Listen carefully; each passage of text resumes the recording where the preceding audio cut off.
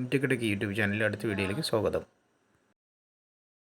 മുനിസിപ്പാലിറ്റികളെയും municipal കോർപ്പറേഷനെയും സേവനങ്ങൾ ഇനി നമുക്ക് KSmart എന്ന ആപ്പ് വഴിയാണ് ലഭ്യമാവുക. അത് ഇങ്ങനെ ലഭ്യമാകുന്നതിനായി KSmart ആപ്ലിക്കേഷൻ ഇൻസ്റ്റാൾ ചെയ്യുന്നതിനായി പ്ലേ സ്റ്റോറിൽ KSmart എന്ന് എൻ്റർ ചെയ്യുക. മുകളിൽ കാണുന്ന നീല ഐക്കൺ ക്ലിക്ക് ചെയ്ത് ഇൻസ്റ്റാൾ ചെയ്യുക. ഇൻസ്റ്റാൾ ചെയ്ത് കഴിഞ്ഞിട്ടുണ്ടെങ്കിൽ നമ്മളൊരു അക്കൗണ്ട് ക്രിയേറ്റ് ചെയ്യേണ്ടതുണ്ട്.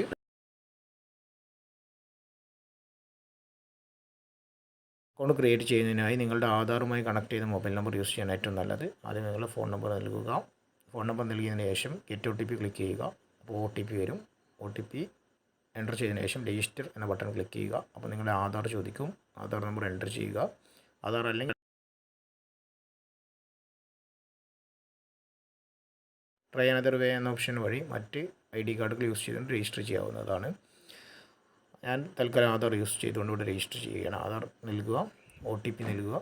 ആധാർ OTP വരും. ആ ആധാർ OTP എൻ്റർ ചെയ്തതിന് ശേഷം വെരിഫൈ നൽകുക. അതോടുകൂടി നിങ്ങൾക്ക് ഇതിലൊരു അക്കൗണ്ട് ലഭ്യമാവുന്നതാണ്. അതെ.